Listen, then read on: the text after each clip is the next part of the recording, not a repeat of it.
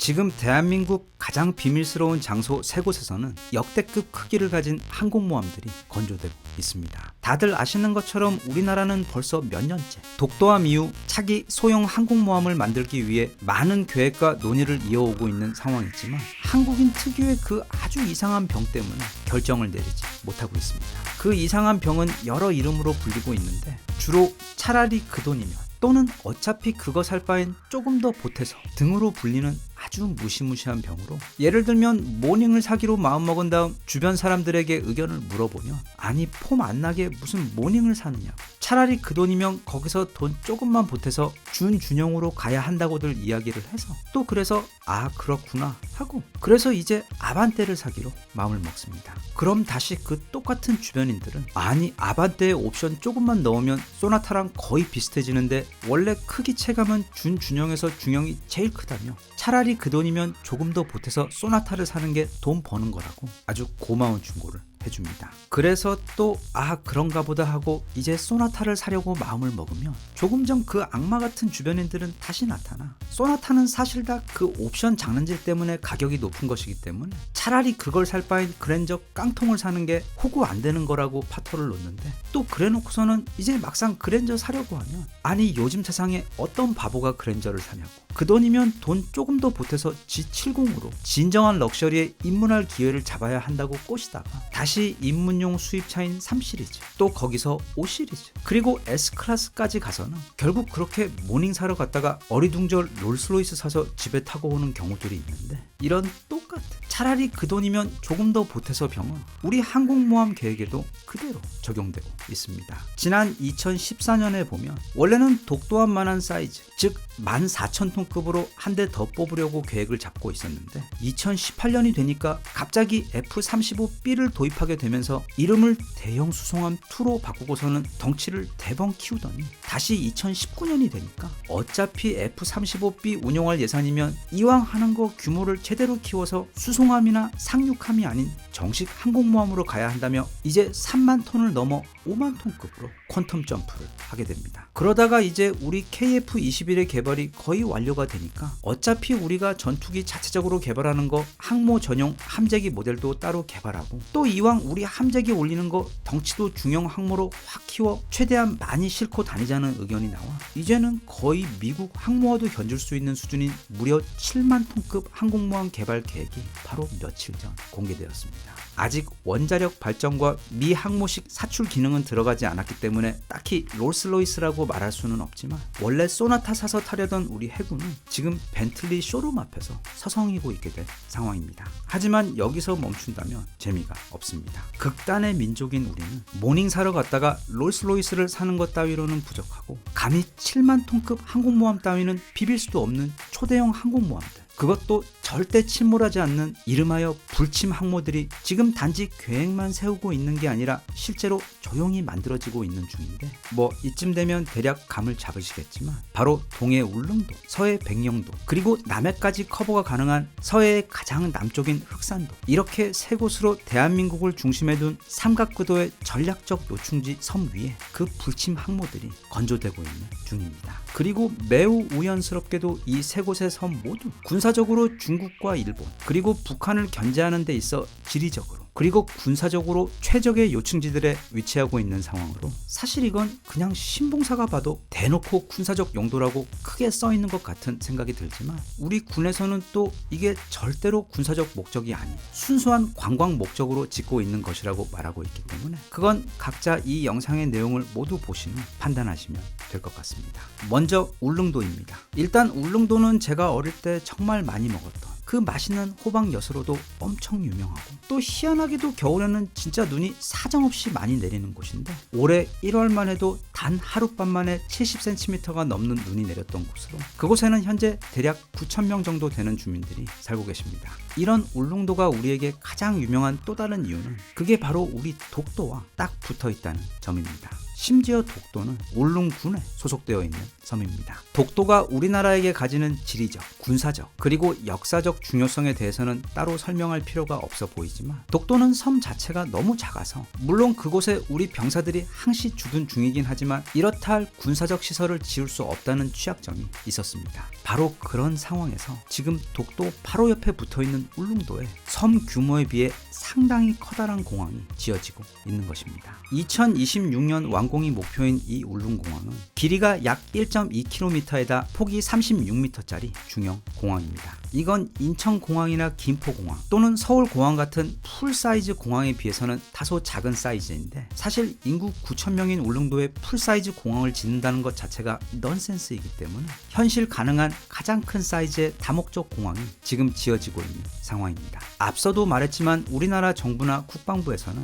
이 공항이 군사적 용도로 지어지고 있는 것이 아니라고 답변한 바 있습니다. 우리나라 국방부는 지금 개발 중인 비밀 무기들이나 또는 우리의 실제 전투력 관련해서는 절대로 거짓말을 하지 않는 너무도 정직한 곳이기 때문에 그 말은 분명 사실일 것입니다. 다만 일부 밀리터리 매니아들 그리고 전문가들 사이에서는 이게 비록 공군을 위한 풀사이즈 군용 공항이 아닐지라도 아군 공군기들의 중간 기착지, 그러니까 아군 전투기들이 훈련이나 전투 중 중간 급유나 탄약 보충을 해야 하는 상황이 올 때 또는 급동이 와서 빨리 내려야 하는 상황의 경우 다시 서울공항으로 돌아가지 않고 여기에 착륙하여 빠르게 채우고 비우는 일을 처리할 수 있도록 해주는 기능의 예비 기지의 역할을 하기 위함이 아닌가 의심을 하고 있습니다. 참고로 일반적인 전투기들은 기름을 가득 채웠을 때 하늘에 떠서 싸울 수 있는 시간이 대략 20분 내외입니다. 그것도 기지에서 전투 현장까지 날아가는데 대략 5, 6분 정도 쓴다고 하면 또 돌아올 때 써야 할 기름을 생각하면 전투 현장에서 사용할 수 있는 시간은 적게는 5, 6분,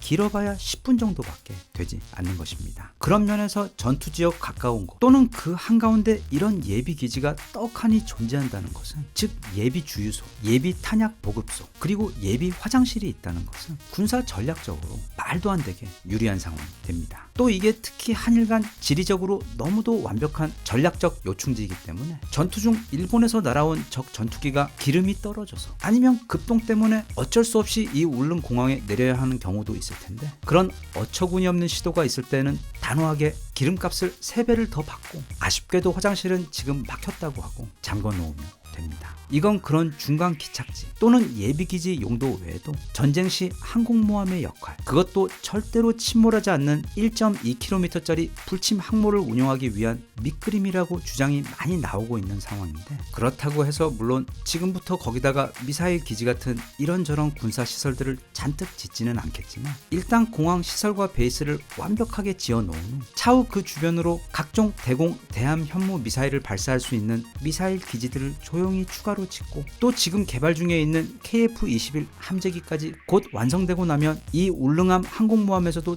뜨고 내릴 수 있도록 개조를 하여 유사시에는 말 그대로 1.2km짜리 불침 항모의 역할을 하도록 하려는 것이 타고난 전략군인 우리 군의 빅픽처가 아닌가 하는 의견들이 상당히 많은 상황입니다. 제가 볼 때는 이건 어딜 봐도 그냥 순수 관광용, 그리고 인구 9,000명이 있는 울릉도가 이제 드디어 쿠팡의 그 로켓 배송 혜택을 받을 수 있도록 해주려는 우리 정부의 친절한 배려로밖에 보이지 않지만 앞서 말한 그 일부 밀리터리 매니아들이 이걸 다른 군사적 용도로 의심하고 있는 데에는 또 다른 매우 중요한 이유가 있습니다. 바로 지금 우리나라에는 이런 게 2군데나 더, 또 게다가 그 2군데 전부 다 여기 울릉도만큼이나 이보다 더 이상 적합할 수 없는 최적의 군사적 요충지에 지어지고 있기 때문입니다. 그 나머지 2곳은 바로 백령도와 흑산도입니다. 먼저 흑산도를 보면 만약 울릉도가 동해 가장 끄트머리에 위치한 불침 항모 기지가 된다면 이 흑산도는 사실상 남해 끄트머리에 위치한 기지가 됩니다. 2027년 완공될 예정인 이 흑산공항은 활주로 길이 1.2km에 폭이 35m로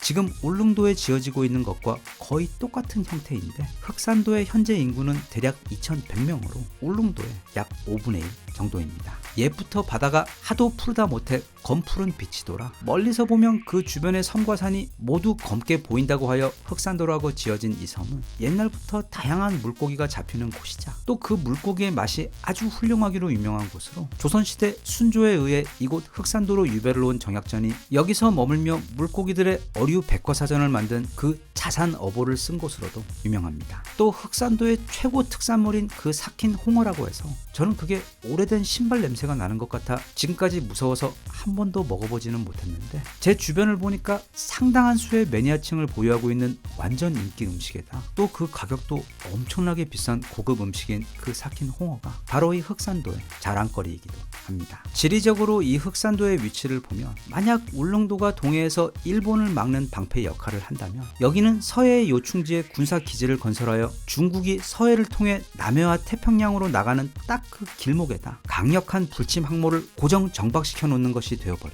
특히 중국에게 아주 골치 아픈 시설이 될 예정입니다. 이렇게 울릉도와 흑산도 외 특히 남자분들에게는 아주 유명하고 익숙한 이름의 섬인 화이트 고스트 아일랜드 즉 백령도의 경우 이게 우리나라에서 가장 북쪽에 위치해 있는 섬인데 한 가지 정말 웃기면서도 진짜 신기한 게 이 백령도에서 평양까지의 거리가 146km인데 반해 서울까지의 거리는 201km로 오히려 평양이 훨씬 더 가깝습니다. 그리고 여기 지도에서 보이는 것처럼 백령도 옆으로는 전부 다 북한 땅이며 또 섬에서 가장 가까운 북한 땅인 장산곳은 불과 14km 거리에 있습니다. 진짜 이게 도대체 어떻게 우리나라 섬이 되었는지 신기할 정도입니다. 상황이 이렇다 보니 이 백령도는 당연히 군사적으로 엄청나게 중요한 요충지이며 그래서 우리 해병대 제6해병여단이 항시 주둔하고 있어 북한 입장에서는 이게 자기들 나라 바로 옆에 거대한 함선이 고정 정박해 있는 것처럼 너무나도 신경 쓰이는 섬인데 그건 북한뿐 아니라 앞서도 말했듯 그렇게 짜증나는 건 중국 입장에서도 마찬가지여서 중국이 서해를 통해 넓은 바다로 나가는 과정에 있어 반드시 거쳐가야 하는 곳이 바로 이 백령도이기 때문에 군사적 가치로 보았을 때 이 백령도는 제주도를 포함 우리나라에 있는 모든 섬 가운데 가장 중요한 섬입니다. 그런데 여기에도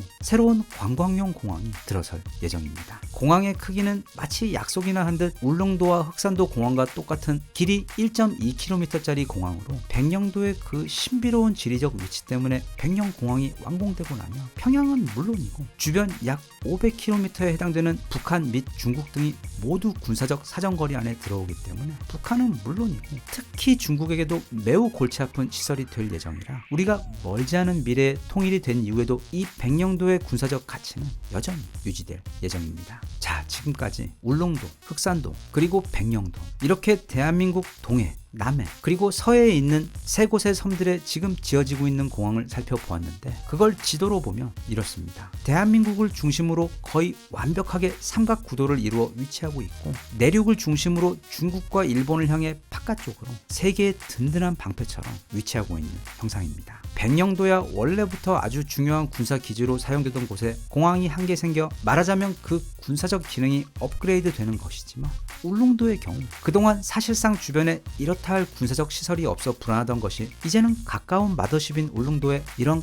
커다란 항공기지가 생겨 무척 마음이 든든합니다. 그리고 물론 우리 군의 친절한 설명처럼 이 모든 게 그저 섬에 살고 계신 주민들의 편의를 위한 것이고 또 관광을 활성화시키기 위해 지어지는 것이 분명하겠지만 이들 섬 외에도 그 나라에 설치되는 모든 시설물들 그러니까 아파트 천지인 우리 강남이나 경기도의 경우 전쟁 시에는 그 모든 아파트들이 완벽한 수직 참호들이 되어 침공하는 적에게 끔찍한 시가전 지옥을 안겨주게 되듯이 나라의 모든 시설들 그리고 아주 당연히 공항들 역시 유사시에는 그 목적이 군사적으로 바뀌어 사용될 수 있는 것이기 때문에 지금까지 살펴본 이 세 곳의 해상 공항들이 과연 주민들을 위한 로켓 배송을 위한 시설인지 아니면 적을 향한 로켓 발사를 위한 불침 항모들인지는 각자 생각에 맡기겠습니다. 참고로 정직한 저는 이 모든 게 전부 관광용이라는데 한 표를 던지겠습니다. 그래서 우리나라 주변에 더욱더 많은 이런 관광용 대형 공항들과 관광용 포달린 커다란 배들